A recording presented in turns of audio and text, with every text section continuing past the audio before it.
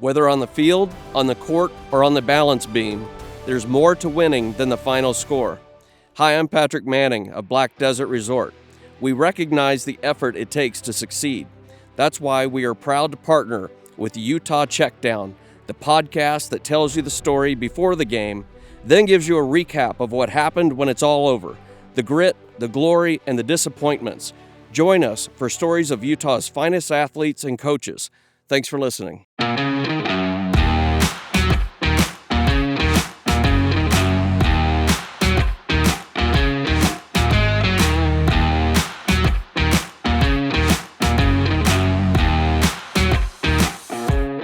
You're listening to the Utah Checkdown Podcast.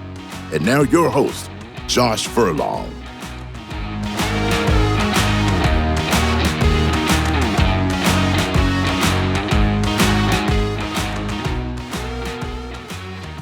Welcome back to another edition of the Utah Checkdown Podcast. I am Josh Furlong. Happy to be with you today. It was a good weekend. It was a fun weekend, we'll say.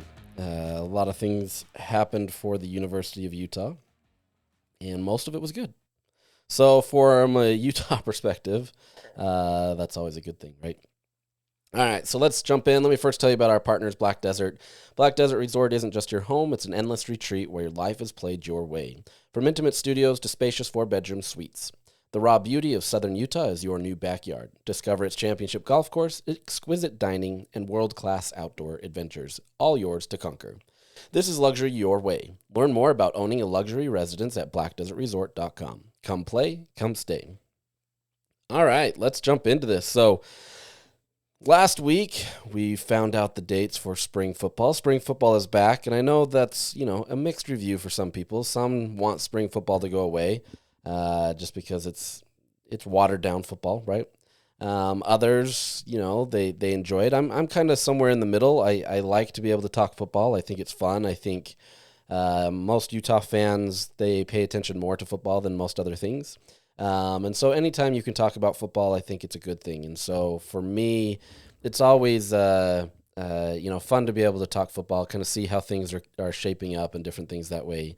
Unfortunately, this is the time of the year where I help coach one of my sons in baseball, and we travel. So I don't always get to a ton of the spring practices or availabilities, which is kind of hard for my job, but we make do. So selfishly, that's the hard part. But my time with my kids playing this is coming to a close soon. So I'm an old man, and that's the nature of life. Anyways, so spring football is back, at least in a month. So the opening day of spring camp will be on March 20th. So we still got a little bit. You're still going to go through, the basketball season, NCAA tournament, depending on if, anything happens locally in the NCAA tournament, then maybe there's still some things going on. But for the most part, this is after that. For the spring season, you're only allowed 15 practices from the NCAA, and that counts the spring game. So the spring game this year will be on April 19th. Kyle has obviously watered this down a bit to be able to make sure that he's giving more of his depth players some time and not necessarily going to his proven players, but at the same rate with the transfer portal and Utah at more than a 50% turnover, this becomes an interesting place to be able to see a lot of these new faces, right? And, Kyle's not going to make the decision to make, Devin Dampier live, right? Like, you're just not going to do it. It's not worth it. Most likely you're not going to make some other people like an Isaac Wilson live. Maybe you are. Maybe you want to see him now and how he's sped up. I don't know. I'd be curious to see what happens there. But there's a growing trend throughout all of college football where these spring games may go away, where the coaches there's paranoia in coaching, right? You want to make sure that you can keep everything yours, and especially in the transfer portal era, where when the transfer portal opens up right around that time, you don't want to be highlighting some of these players that may be under the radar, or some of these other guys that could then essentially go to the transfer portal and be off your team. Granted, this transfer portal season is generally much quieter. For a guy to leave, it's not that it's impossible, but it's just harder, right? You're kind of transferring into a situation that is different. You haven't had a lot of lead up time, so I'm not saying it's out of the realm. I haven't gotten any indications from Kyle that things will change based on what he's done. Obviously, it's been more watered down. The defenses aren't showing a ton, but that's not to say that they couldn't do more to limit that. So really curious to see how this spring goes. In the spring, we're often given more opportunities to see full practices, or at least a good chunk of practice. So that's an advantage for us as media that we don't get in the fall. Not that it will matter a whole ton, but at least you get to see some of these guys and how they operate in practice. And I think the advantage that comes with that is simply being able to see how a guy works. There's several players that, you see on a Saturday and you look at, and why aren't they getting the ball more? Maybe they're in the starting 11 or whatever it may be, but they're not really producing as well as you thought they would. Or maybe they're in the second unit or third unit and they're not getting a lot of touches, or they're not seeing a lot of field time. You can see in practice sometimes why that's the case, right? And I think spring is a challenge because some of these guys are just acclimating to a new system, and so it's hard to take full things there. But you can also see kind of who is really wanting to separate. Spring is kind of that time where maybe some of these underclassmen players who have been sitting on the bench, and this is in years past because now you're starting to get less and less of that, but some of these guys are on the bench and they haven't really gotten a lot of time. This is where you can see some of these guys start to pop off, right? And you start to see them having the success that they were projected to be. For example, last year, Mike Mitchell had a phenomenal spring camp, right? Like he really highlighted himself in being able to do different things, and was expected to be this guy in fall. And there's nothing to say that he wasn't, but that's where you kind of see that work ethic come out, where you kind of find out how a guy is doing. Once again, it doesn't always translate to fall because things change, different players, different things are going on. But at the same time, you're kind of seeing that work ethic. And if a guy is really hustling and trying to push to make a spot in spring, generally speaking, that's going to trend well for fall, right? Other players are going to join the roster in fall. Other things are going to happen. And obviously, once you get into real season mode, the coaching staff is much more tuned into wanting to make sure that they've got consistency, and they're not just giving a guy a shot just to give him a shot, right? This is where they're preparing for the season. The time for you to kind of grow and kind of highlight yourself is kind of already passed in some respects. And so that's what this spring opportunity is for. And so it's fun to be able to see that, to see how these guys participate and how they work, to see how coaches are talking about them. Last year, I remember going into spring camp, looking at this, and there was a lot of questions based on the secondary, right? And I feel like the secondary is always a place that there's going to be questions. And I think Morgan Scally kind of takes, he definitely takes pride in that Utah is able to always answer that call. But I think it kind of bugs him to some extent that the media is always doubting him, right? That it's always like, look, we've done this consistently for years. Why do we keep getting these questions? And that's not to say that these questions aren't valid and these questions aren't real. But I think that's always the nature of this business, where you're always looking to see where, or who is going to step up, right? You lose guys that have been producers and have been effective for a team, and now suddenly you've got to be able to replace that. And so I'm really curious to see kind of how that shapes up, see what goes on and kind of happens there. So really fascinated by that, and looking forward to it. Like I said, I'll do my best at spring, but this is the time where I'm out of town a lot of the times traveling with my kids, or, if a team is still in the NCAA tournament. Generally it's been the women. Well, it has been the women the last few years. That may preclude me from going to practices, but we'll balance that. We'll still talk about that here, right? I still get some audio, and I still get some stuff from practice, so there'll be opportunities to be able to talk about football. And we'll get into that and enjoy it. I've got a whole schedule for the remainder of the offseason where we'll kind of break down some of these things, breaking down spring camps, the NFL draft. We'll go into position breakdowns this summer, and then we'll go back into the schedule breakdowns of each team like we did last year, where we did kind of looking at two teams and what what they're going to present, a little deeper look. So that'll kind of be what we do throughout the year. This will continue to have some football elements into it, even when we get into those dog days of summer when it's like, June, July, where it feels like nothing's happening. There's no sports on. We're still going to talk football. So we'll continue that. Continuing with the football theme, this last week has been a very busy week for 2026 recruits setting their official plans, official visiting plans to the University of Utah. It's been busy, and it's going to grow.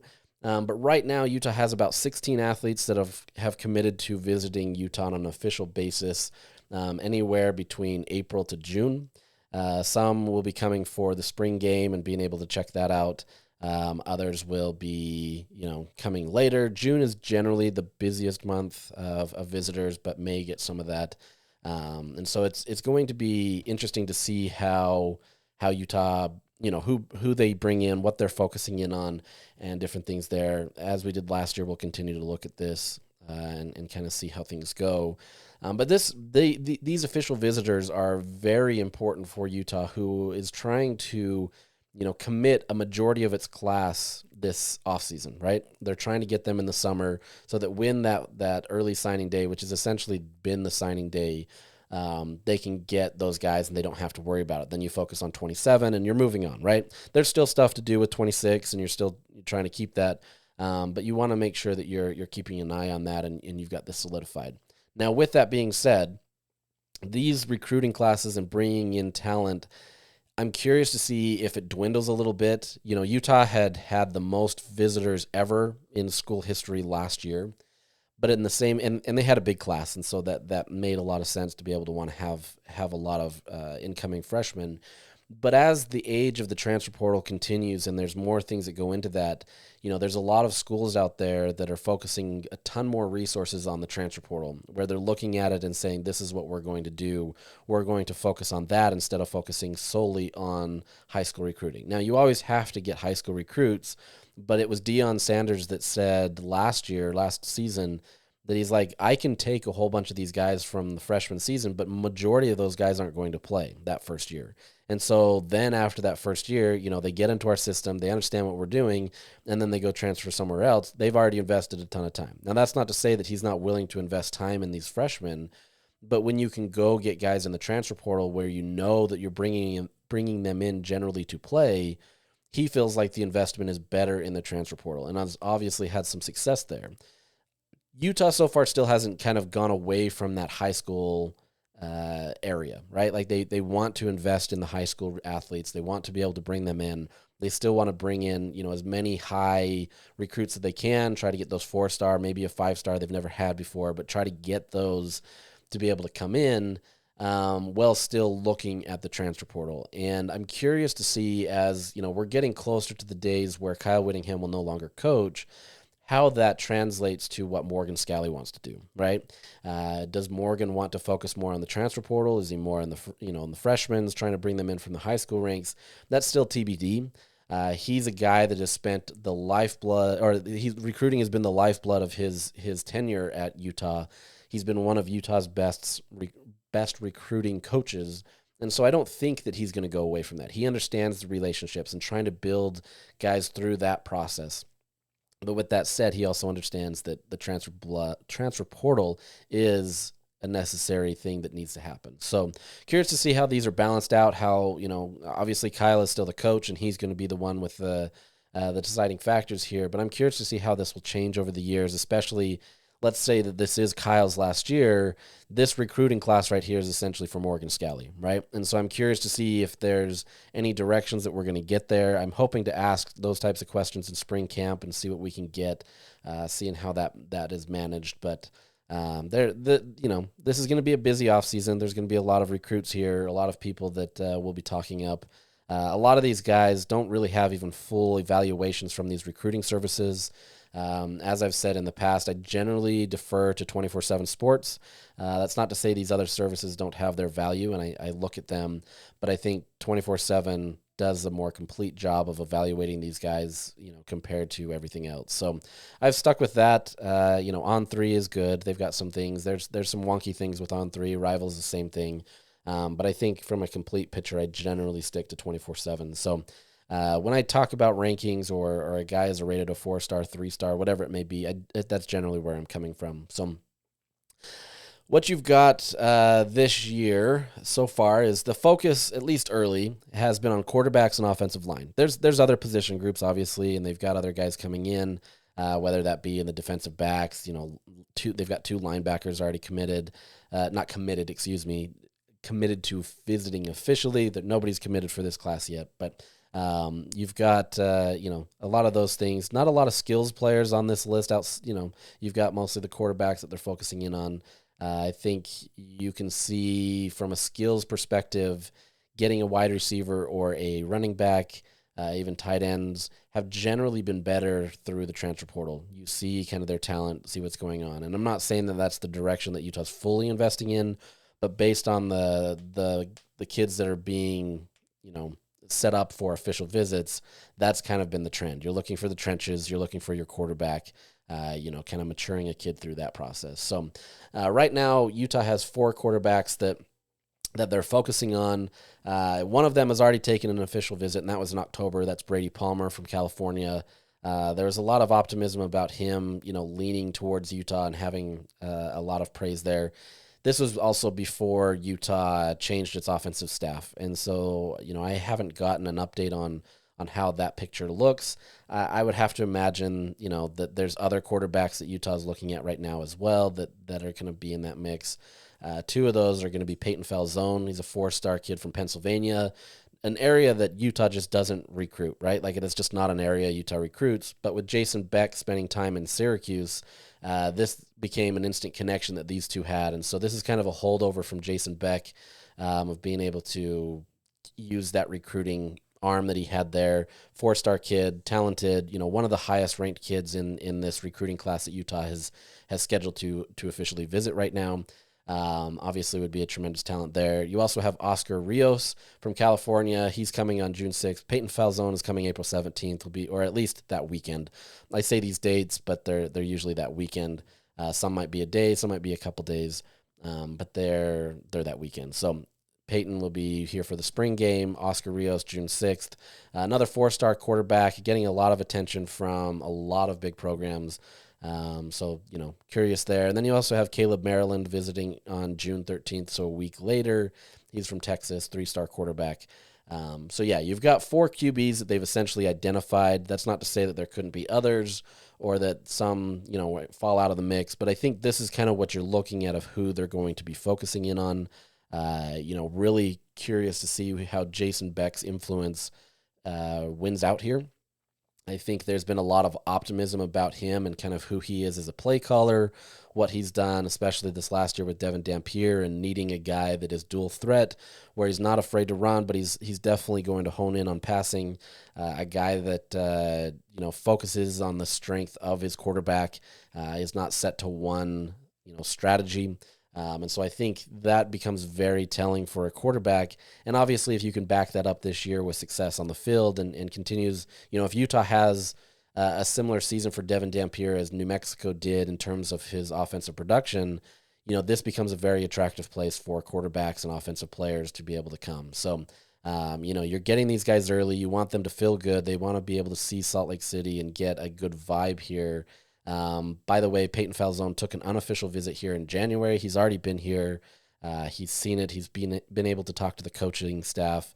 From all accounts, I haven't interviewed him, but from other people that have said that he really enjoyed his time here. So, really curious to see how this goes and what Utah's able to do with this, and being able to work that way. And then for the other kind of focus right now is offensive line. They have 4 players that have been in the mix there. The biggest name is a local kid from Corner Canyon, Isan Tafa, June 20th. He's a 4-star kid, is getting a lot of attention. Utah's in the mix, but they're definitely not. I don't want to say they're not leading, but I think there's a lot of programs out there that are really pushing hard. When you can get one of these high-end offensive linemen, that's a real valuable asset to be able to have. And so you're going to see a lot of people come after him. He's the 4th highest ranked player from the state of Utah.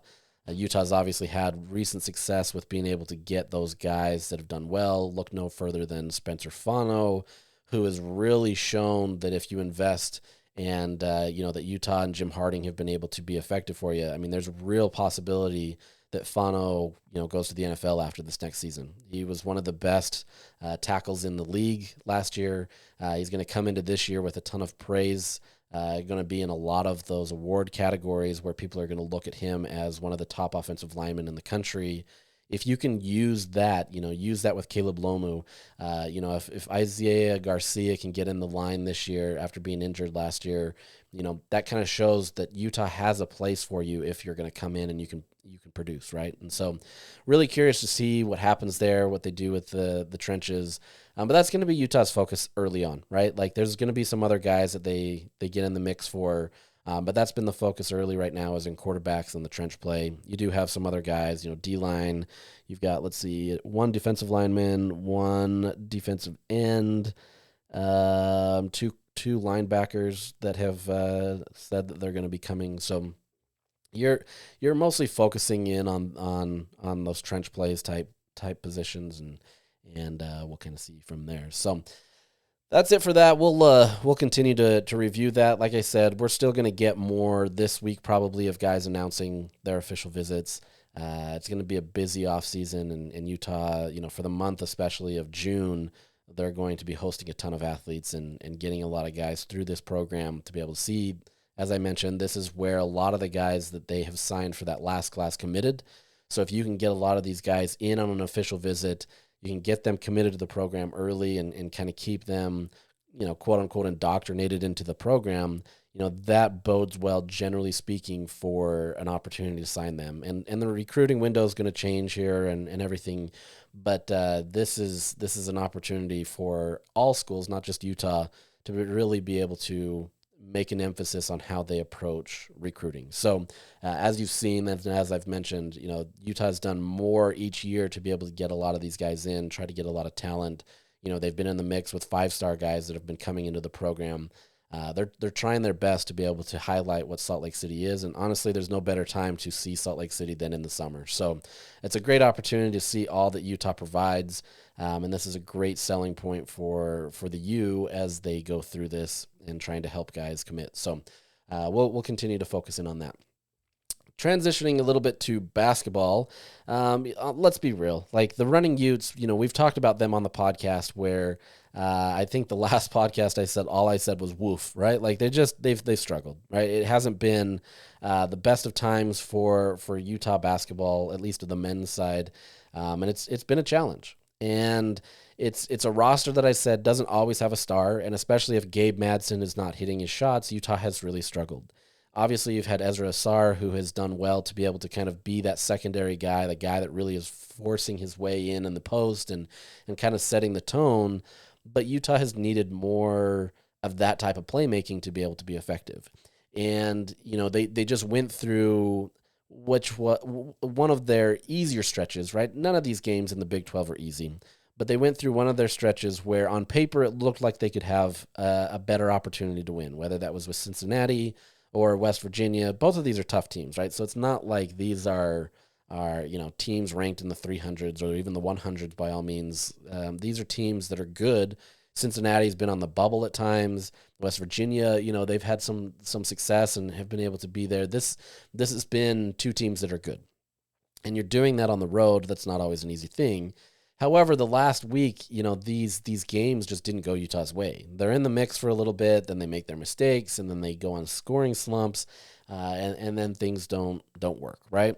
And so you drop games that in theory were going to be your easy ones, the ones that you were going to come into and say, hey, you can win these. You're obviously going to take your lumps against, Kansas or Kansas State or, any of these other top tier teams, and you'll be on your way. And that's what most teams in the Big 12 do, right? Like these higher end teams, generally speaking, aren't going to, they're not going to be the easy ones. It was the same when Utah was in the Pac-12, and you always knew every time you went up against Arizona, you're just going to take your lumps for the most part, right? There's those years where Utah was really competitive with them, and Utah's beat them in years when they haven't been competitive either. So, I mean, it happens, but for the most part, you've got to win the games that you're expected to win, or at least on the table to win, and then, you're going to try to fight in some of these other games.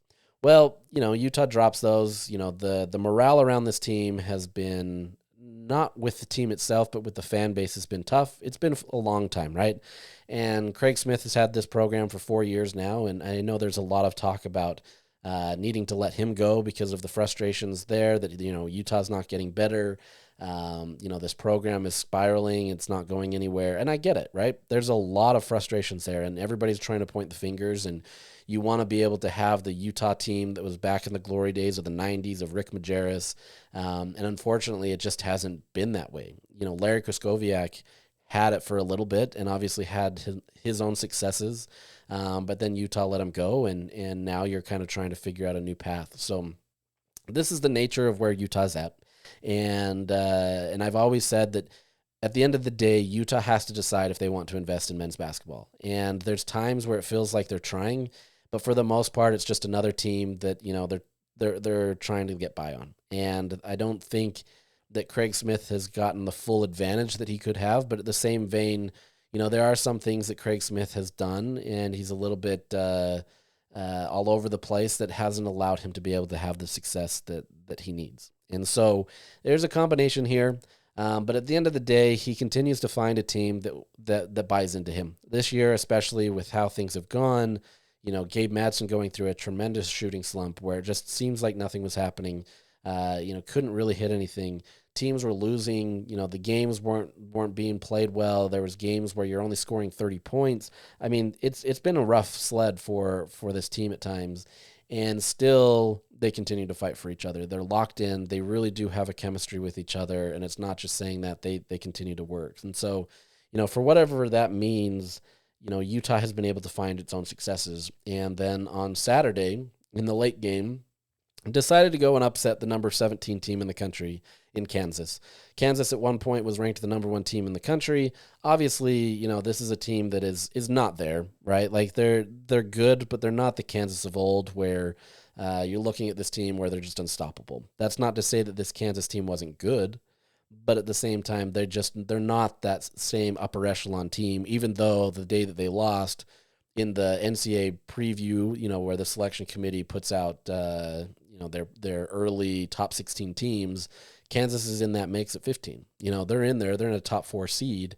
And, then they go and lay an egg to Utah. So Utah wins the game 74-67. This is a game where Utah never trailed. They were tied up 4 times in the game, but Utah never trailed. And there was so many times where I was waiting for Kansas to take the lead. And I felt like once they took the lead, it was kind of going to be game over for Utah, right?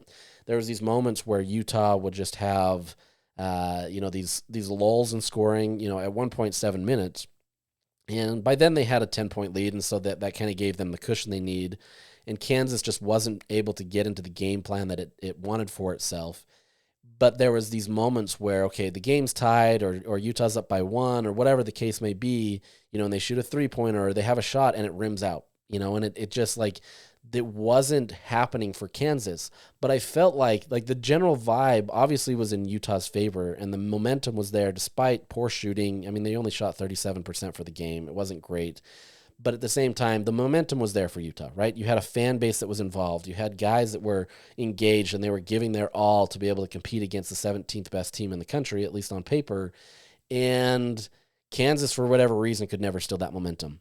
Like I said, there was enough fans there that I think that if you could have gotten a lead from Kansas, whether it be 1 point or 3 points, that very well could have been a backbreaker. And it's easy to say right now, knowing the result, but I think the general vibe there is, you've seen that with these Utah teams where they can build up a 10-point lead or an 11. They got to 11 against Kansas, and then suddenly they go on these scoring droughts and they can't get anything to go, and then the team goes up by 2 or 3, and then you go into a timeout break, and it's like, okay, we're settling it, and then suddenly that team explodes for a 7-9 point run, and the game's over, right? And then Utah's on their heels trying to come back and come win a game that they were leading the entire time.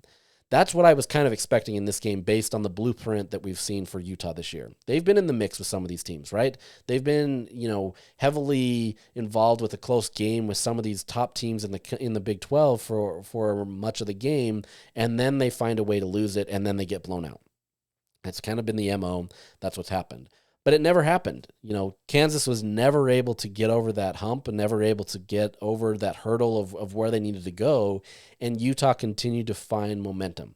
Ezra Asar broke up two long scoring droughts that allowed them to really kind of refocus and settle. And then suddenly Utah went back up on their run and everything was going to be okay. The crazy part here is that Utah out-rebounded Kansas 16-6 on offensive rebounds, and that was a huge decider in this game. You have Hunter Dickinson, who comes into the game for Kansas, who, years ago he was talked about as, being in the draft and a first rounder and all this type of stuff, and he's continued to stay in the league and continues to kind of develop his game, but he's honestly one of the biggest threats in the post in the conference, right? He's a guy that can really impact a game. When he can consistently put up 20 points on a night, that kind of shows the effect that he has. But Utah managed to get, the boards. They found a way to do that. They were actually equal on defensive rebounding, so both teams had, I think it was 30 rebounds each. But offensively, Utah did a tremendous job of being able to win the battles on the offensive side of the ball to give themselves second chance opportunities, and it translated to a win. Bill Self, which is Kansas coach, longtime coach, he said the biggest emphasis was points off of turnovers and rebounding. Those were his two big factors where they lost the game.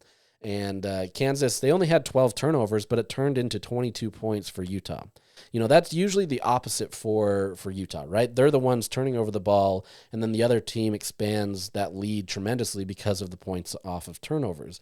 Utah flipped the script, and they did it to them. And then on top of that, defensively, Utah did a lot of shifting, where they've talked a lot about this over the years, where they like to call themselves positionless players, right? Where you can guard 1 through 5. Somebody like a Caleb Lohner who comes in, who, by the way, he hasn't been in the game for, I think, 3 games. He hasn't gotten any minutes. Has been on the back of the bench, really hasn't gotten anything after playing a bit, and then suddenly comes in and has one of his best defensive nights of the season, where he comes in there and he's absolutely impacted the game. But a guy like him, he absolutely can transition from 1 through 5, right? He can guard any single one of those guys. And so it made it very effective for Utah, where a lot of the times they go under the screen, and then that gives enough space for the guy to pop off for either a short jumper or a 3-pointer, and then that allows this team to be able to build momentum. For Utah, this time they did a tremendous job of being able to switch. And so whenever that guy went off the screen, somebody else was there to pick him up, and they played great defense. There wasn't a lot of drop-off. Now, that's not to say that, Kansas didn't have guys that could beat Utah or that they got around that defense. But for the most part, and especially against Dickinson, Utah did a tremendous job of being able to keep him out of the post. And as a guy that works a ton in the post and impacts the game, where Kansas is much different than a lot of these other Big 12 teams, where they work inside out instead of relying solely on guard play, that was the game for Utah, right? They allowed they forced Kansas to be able to take shots that they normally probably wouldn't take, especially with Dickinson. They forced him out of the post. They got offensive rebounds. They got points off of turnovers. They took control of the game, despite how bad it felt at times. Like there was times where it just was not a great looking basketball game. But at the same time, they found a way to be able to be successful. And to me, like as I was sitting there watching this team on Saturday, it was just kind of frustrating, right? And I say frustrating in the sense that you see a team where, okay, now at home, they've beaten Kansas, who was a ranked opponent at the time. I know the AP poll just came out right now, and I can't really see it as I'm doing this podcast. Maybe I can look at that as I'm talking. But you have a team in Kansas, who's ranked. They've obviously had success. There's a lot of things that were going their way, and you beat them on your home turf. Okay, cool. Home turf is usually easier. But, you're still there. Kansas, by the way, dropped to 23rd in the AP ratings. I was able to talk and read. Imagine that. Anyways, but you have a team that is ranked in the top 25. You beat them. You have a BYU team. Now, at the time, that was once again not the prettiest of games. Anybody leaving the Huntsman Center from that game was not looking at that game as, a history of success in basketball. It was tough at times, right? Similar to this Kansas game. But I think that's where Utah is finding success, is just muck up the game, right? Find a way to get dirty. But going back to that point, it's frustrating to watch because you've got a team that can compete with these these teams that are either ranked or they're highly ranked or close, to whatever that may be. BYU has obviously had a great turnaround since that loss to Utah and has been in the mix of a lot of these games. You've got the talent. You've got the talent to be able to compete, and I'm not saying that it's going to be an every night thing where Utah should be in the mix, but then you have these games where you just no-show, where that attention to detail and the attention to the game plan, it doesn't fit the same, right? As Craig Smith said, everybody should be getting up for the number 17 team in the country, right? Like, that's just a natural thing. Like, coming into the Huntsman Center, there's just a natural vibe walking into that arena. You walk in, you start seeing a bunch of blue because you see Kansas fans who, obviously a blue blood of college basketball. Utah fans, I have a brother-in-law who's a Kansas fan. He was there at the game. He was actually wearing Utah gear, surprisingly.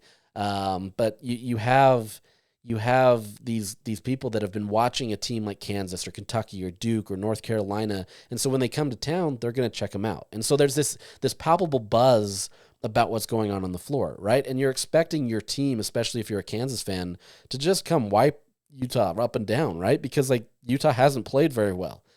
And so you come into this game, though, and there's this palpable buzz, and the players are locked in, and they're doing things the right way, right? Like, they're dialed in, they're wanting to finish, and they're doing all these things, and then you go in and win.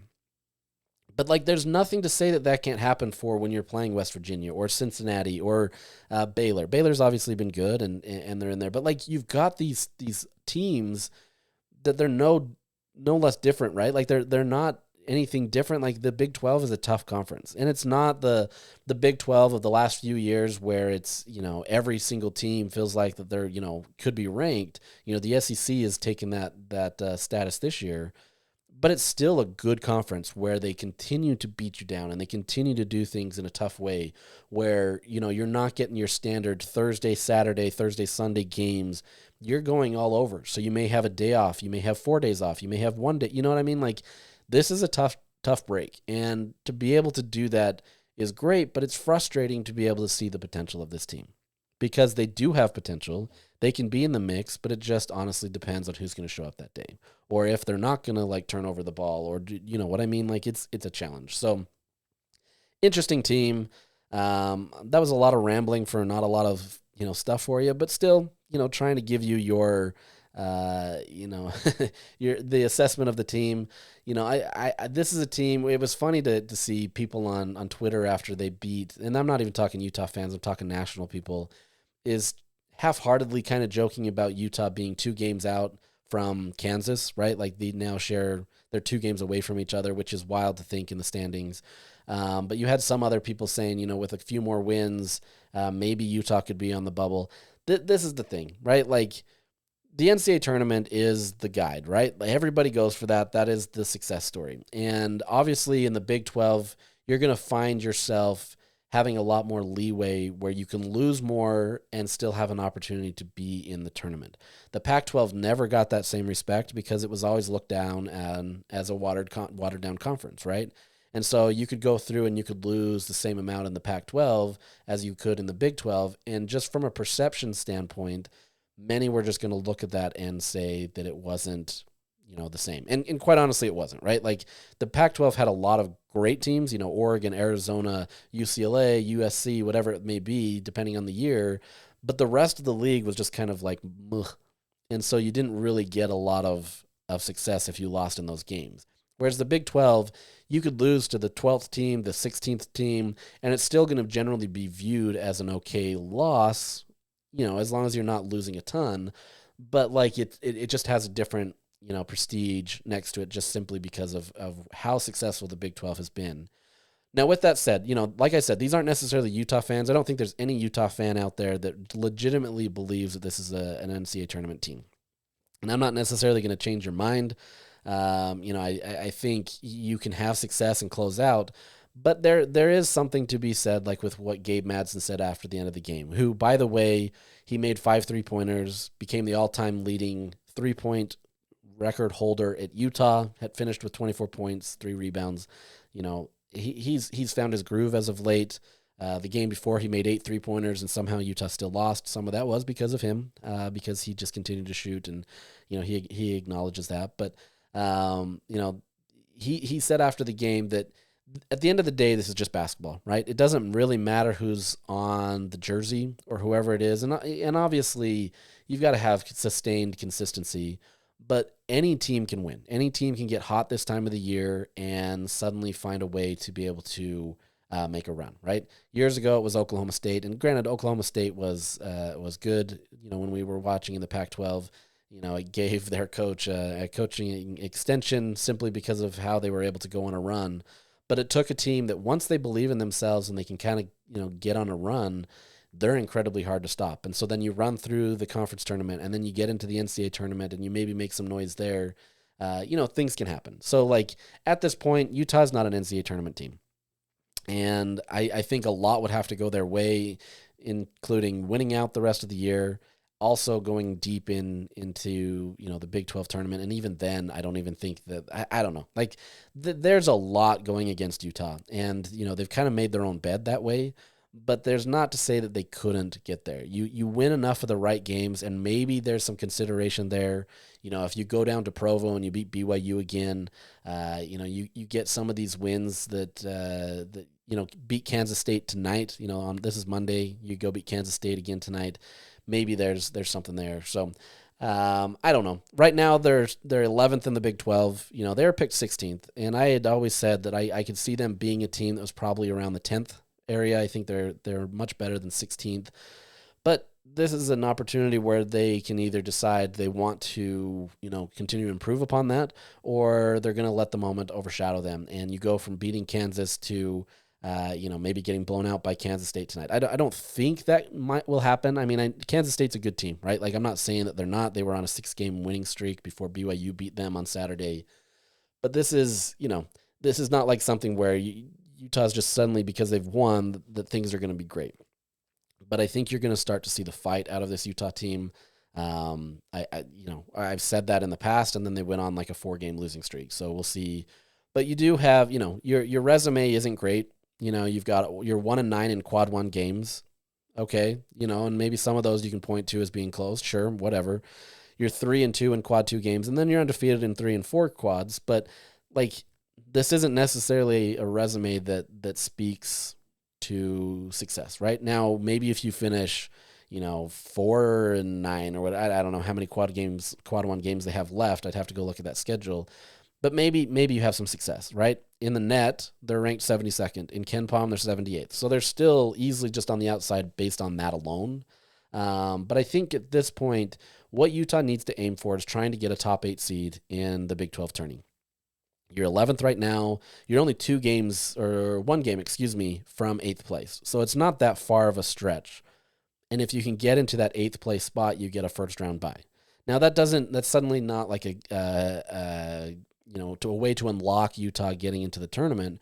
But I think it shows that if you can fight to get into the top 8, at least you were one of the better teams in the Big 12 to finish.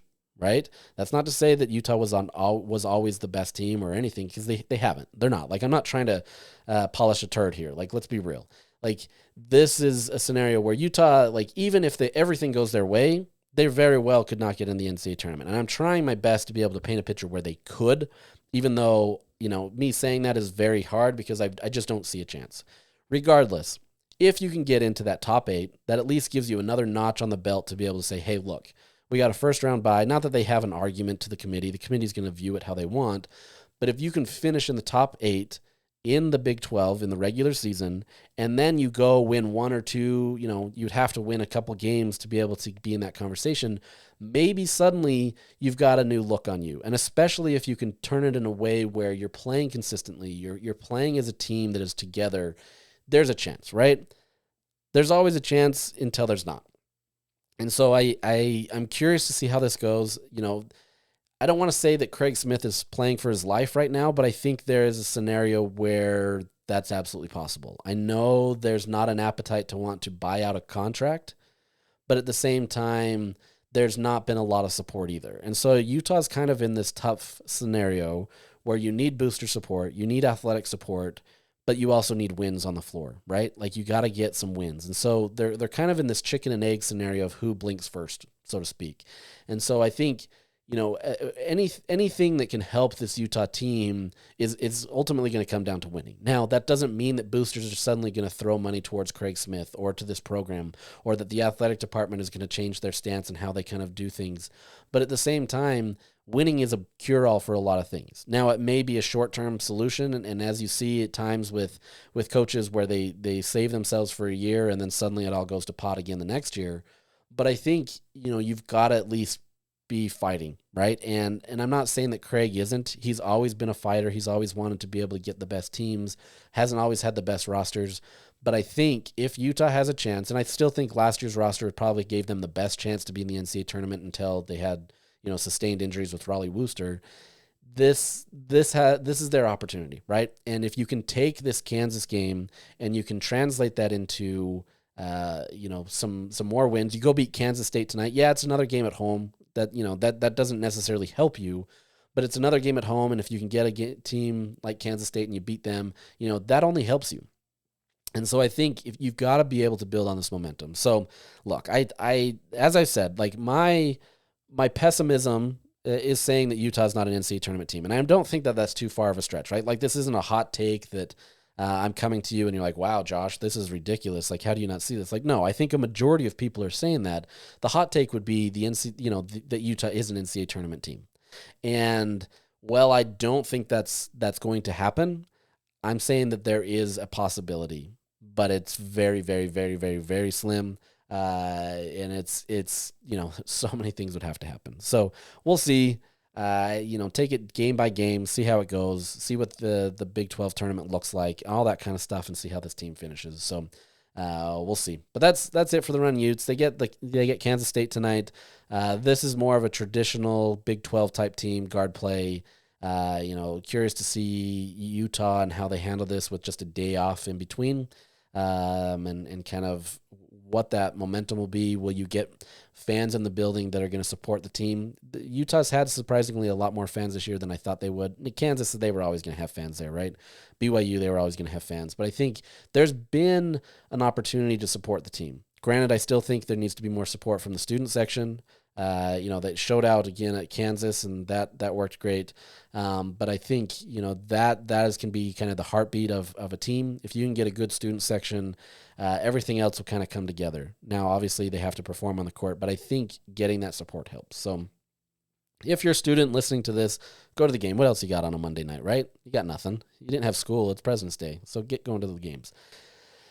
That's just my piece. Look, if you're in college and you're into basketball at anything, like, why aren't you at the games? That's just all I'm saying. Granted, it's not my money, so that's it. So let's move on. Let me tell you a little bit more about one of our partners, You First Credit Union. With You First Rewards checking account, you can earn monthly reward points by buying something special for your best friend. Then you can redeem your rewards points for something special for yourself. And with no monthly maintenance fees plus free ID theft protection, you can love that the You First Rewards checking is big on perks and peace of mind. Put your checking account to work for you so you can spend more time doing more rewarding things.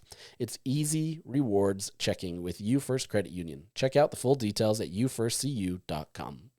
All right, let's talk about the women's team now. This women's team, as we talked about the men's with the NCAA tournament, this is an NCAA tournament team. And this is a team that is absolutely finding its stride. Are they perfect? No. They still have some things that they have to work on, but this is a very efficient team that is finding a lot of success. They're hitting a rhythm of being able to have somebody like Gianna Neepkins, Kennedy McQueen, Maya Torre, Maddie Wilkie, all of these players kind of finding a rhythm where they can be hot. And you had a game where they traveled to Arizona State. They beat Arizona State last time, if I remember right. It was 102-82 or something like that. It was a 20-point win at home. It was, by all accounts, it seemed easy, right? But games change, teams change later on in the season, and this is one of the rare teams that Utah will play twice this year. And Utah just put them to the test, right? And really challenged them. Utah was hitting three-pointers at a high rate. They had 11 at the first half. This was a team that really came into the game and did well. Now, this Utah team is kind of funny because, they won 98-62. Anyways, so this is a team that they kind of have this thing where they start out really hot in the first quarter. They come out there. It's usually Maya Toure really dominating the post, setting the tone, 7, 9, 10 points, whatever it may be, sometimes more, sometimes less. But Utah usually sets that early tone, builds up a big lead, and then in the second quarter, they just kind of take their foot off the gas and they kind of squander it a little bit. And then they go into shooting slumps. And it's been kind of interesting to watch because it's been a consistent theme for the last at least 3, 4, 5 games that I've seen where this is the case, where the second quarter they go in a slump, and then at the very end, the last 2 minutes, they go on like an 8-0 run, 10-0 run, something like that, and then it's this lead at halftime that they then just continue to blow up into the second half. So it's been really fascinating to watch, but that's kind of been Utah's MO the last few games. However you get it done, Utah won by 36 points, so you can't really be frustrated by that. It's a game where a lot of players got to play. There's a lot of progression being made with some of these other players. I have to give a shout out to Brooke Walker, who, freshman, you watch her and you come in and watch some of these freshmen who are getting more time than anybody else. And it's tough, right? Like you see kind of the look on her face where she's clearly talented enough to be able to be on that floor, but she has to believe it. And I think you're starting to see that more with her. You're starting to see her have a lot more belief in herself where she's playing much more carefree. It was the same way with Reese Ross last year. You could see the potential. You could see that there was something there where she's going to be athletic and she's going to be a person that's going to just absolutely dominate in the game, but it's all believing in yourself and having that confidence to know that you can be on the floor. And you're starting to see that with somebody like Brooke Walker. So future-wise, I think you've got something there. And, little shout-out to her because I really have seen a lot of progress with what she's been able to do. So anyways, your mainstays here in this game were your big deciders, right? Like Gianna Neepkins, who's been on a tear recently. She finished with 24 points, was 4 of 7 from deep, had 12 rebounds, double-double machine lately. She's been able to be very effective. And the thing about Gianna is like everybody has looked at her through her career, obviously somebody who can create her own shot, but she's somebody that is just a spot up 3-point shooter, right? Like she's quick with the trigger. She's able to go and get there, but she, especially this year, is finding so many different ways to score. And that backdoor cut that she continues to go with, it's just been deadly for teams because they sit there and they try to defend her on the 3-point line. So they play her up, but then all it takes is having somebody like Maya at the top of the post, give her a look off, and then suddenly she breaks in for that backdoor cut, and it's an easy, lane to the rim. So Gianna's continually finding ways to score. You can take her off of her game, and she'll still find a different way to be able to do it. But more importantly, Utah has so many other players that have been able to be effective, so that Gianna's going to be at the top of the scouting report, right? Like everybody knows going into that game, you have to take her away. The problem is if you do take her away and let's say you double her or you try to limit, her 3-point shots, whatever that may be, she's a great passer and she can also find somebody else. And there's other people on the team that can do it. Kennedy McQueen, 20 points. She had 6 3-pointers in that game. It's incredible. She had 3 rebounds, but she was mostly the spot-up shooter that just kind of hit from deep. And so even though Gianna was doing what she did, Kennedy finds herself in so many open opportunities because they're so focused on Gianna that she's just got this great opportunity to hit.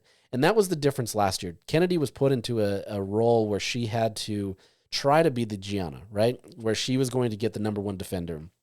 She was the one that had the best opportunity of being able to create their own shot, who wasn't Alyssa Peely. And Peely was much more of a post player, so that's a different type of game, right? Now you're starting to see Kennedy in her role where you give her that ball off of the wing and whatever it may be. Like she's going to do some damage, and it's going to be tremendous. At the same time, as I've talked about in the last few episodes of this podcast, Kennedy McQueen and Gianna Neepkins are 2 of the only 3 players in the country that are in the 50-40-90 club, and they continue to actually improve there. So they're continually staying there. They're doing it at a high rate, with only a few more games left in the regular season, and that shows how efficient this team can be. But, as much as we talk about these 2, and they have been tremendous, Maddie Wilkie put in a quiet performance where at the end of the game, you look at her stat line, and it was pretty solid. She had 18 points. She was 4 of 8 from 3-point line. She had 2 rebounds. She was just all over the floor, and is a third player that is just outside of that 50-40-90 club. The only thing that she hasn't met is the field goal percentage, and she's at 48.3. So she's there. Obviously has to hit a little bit higher.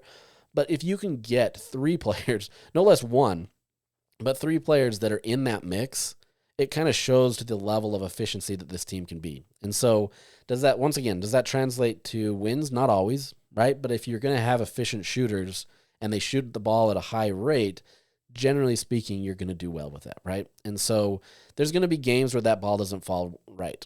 And it's going to be tough for Utah. And you're going to have to rely on somebody like a Maya Torre, who still got 12 points and 8 rebounds in that game. You're going to have to rely on Jenna Johnson. You're going to have to rely on somebody else to be able to get things done at times. But that's the nature of this Utah team. You're obviously going to default to Gianna, Kennedy, Maddie. If they're hitting those shots, it's great, right? And especially if you get Reese Ross hitting shots, or Sam Crisp has been hitting shots. Maya Torre has been hitting deep shots. Jenna Johnson's been hitting those deep shots. All of them can do it. But if you can get them involved as well, then it just helps tremendously. But this Utah team is built where they can generally sustain that in the post as well. If you go to Maya, if you go to it just depends on how this team is made up. Now, that's not to say it's perfect. If Gianna and Kennedy aren't hitting, or if Maddie's not hitting as well, it's going to be much more of a struggle, and it's going to be a much more tight game. And I think that's where Utah really struggles, is when those shots don't fall. But right now, it's working, and they're hitting a stride that looks completely different from what they've been in. They hit 18 3-pointers. It's a season high, but just a few games before, they hit 16, which was a season high. You're starting to see them find that rhythm and that chemistry and being able to hit at a high level. Now, with that being said, they have an incredibly tall task going up on Tuesday against Oklahoma State. Now, this Oklahoma State team, they did lose to BYU on Saturday, and BYU has just not been a great team in women's basketball this year. They have some pieces. Delaney Gibb, a phenomenal freshman who every single week that I have to vote on this, I try almost to not vote for her, because there's just, I want to be able to disperse it out to other people, but it's hard. Like, she consistently has the best stats. She's doing the most with it. Her team isn't always winning, but at the same time, her individual performance has been at a high level. And so there's players on that BYU team that obviously can do well. They did enough to keep the game close, despite having a billion turnovers in that game, and they still beat Oklahoma State. Oklahoma State wasn't shooting at a high enough rate, and a lot of other things happened. But this is an Oklahoma State team that has been one of the hotter teams as of late in the Big 12, a team that was really making some noise. I'm curious to see how this game goes, but this is one of those games where Utah has all of the world in front of it, right? They're pretty much a lock in the NCAA tournament. I mean, I guess if you go on a big losing streak over the next 2 weeks and fail to perform in the Big 12 tournament, maybe things change. But I think this is a team that's a lock. You obviously want to be able to sustain that success and be able to move forward. But this is a good team, right? Like, they're a team that is just outside of maybe a top 4 seed in the NCAA tournament, and obviously that would be the most important thing for them. If they can go on and do that, that would help this Utah team a lot. I think they're, if you can get that first 2 rounds, excuse me, of the NCAA tournament in Salt Lake City, that changes everything for Utah. And I think that becomes a game changer. You found last year, you win the first game and then you run into a buzzsaw against Gonzaga. That's just the nature of it. You're in their home floor where they just don't lose. That's where it becomes a challenge. And so if Utah can make these strides, beat Oklahoma State, beat Washington or West Virginia on the road, if you can potentially go deep in the Big 12 tournament, right now Utah's close. They're a 4 seed right now, so they would be a 2-game bye. If they can continue to stay in those top 4 teams, that's going to be a ton. That's going to mean a lot for Utah moving forward. So, really fascinated to see how this team goes. We've seen it in years past where they get into the Big 12, or we'll call it conference tournament, Pac-12 in years past, where they get those buys and it just kind of shoots themselves in the foot because you're going up against a team that's built momentum from the night before. So it can be a double-edged sword at times where you get the rest, but then you're running up against a team that may be hot, right? So this is just a team that has to continue to fight. But more or less, this is a team that hasn't really had much of a drop-off under Gavin Peterson. And I know that was the biggest worry, right? Lynn Roberts was such an advocate for this program, and she was a great coach who was able to do a lot of things to be able to get Utah to where it is. And a lot of people, for whatever reason, didn't really view Gavin in that same light. And granted, as the assistant coach, it's really easy to kind of, coast on those coattails, so to speak. But at the same time, this is a guy that was fully engaged in it as well. He knows his game. He's done a great job where he's been able to coach at a high level. He's gotten these players to be able to continue to improve. And so you're seeing that where he can take those reins and continue to run with it, right? Lynn gave him his full support, or her full support, excuse me. That's, she should. He's been there for 10 years, but that doesn't always mean that an assistant coach can just step into that role and succeed. And it's easy to say, oh, well, they already had the players, and yeah, we'll have to see how this develops in years future. But at the same time, it's really easy in some of these games to lose. And he's found a way to go beat the number 3 team at the time, Notre Dame, which is now number 2, unless the rankings change today, but I haven't had a chance to look at those. But you've got a coach that has been able to be effective and to continually pushes these women to be able to be at their next level, right? He knows exactly everything about them. He's been with them for a long time, and so it's been a great opportunity to see. So for now, winning over Arizona State's not going to necessarily change anything. Obviously, beating them by 36, that, maybe that gives you a better look. But at the same time, you've got to now go beat Oklahoma State at home on Tuesday. You've got to be able to do that. You can't have another one of these where, Utah's on the fringe of being ranked, or they are ranked, and then you go lose to another team like Kansas State. Now, granted, Kansas State was a phenomenal team. Utah had a terrible amount of turnovers. That's been their biggest flaw this season is turnovers. And if they can cut those down, and most of these are unforced errors, they're bad passes, they're things that Utah can absolutely control. But if they can cut those down, this absolutely becomes a tournament team and one that could easily get back to the Sweet 16. So is it as good as the year that they, went up against LSU, which was the eventual champion? I don't know. We'll see. They're built differently.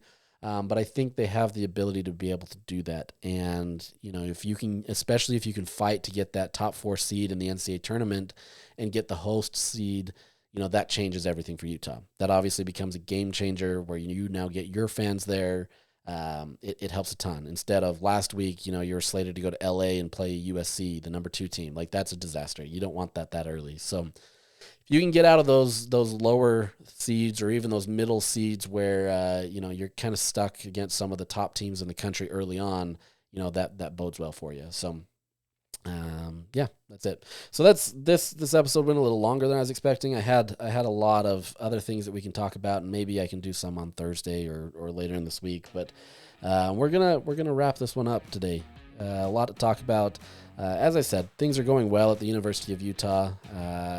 Depending on how your fandom is, you're either really happy right now, maybe you're cautiously optimistic, maybe you're just looking forward to football. I don't know what it is, but we'll talk about it all. So I appreciate you listening to me. Hope you have a great week, and we'll potentially get back later in this week to talk maybe a little bit more technical stuff on some things happening, Utah laws or some settlement stuff that could change Utah's future in athletics. So with that, we'll sign off today. I appreciate it. Thank you so much for listening, and have a great day.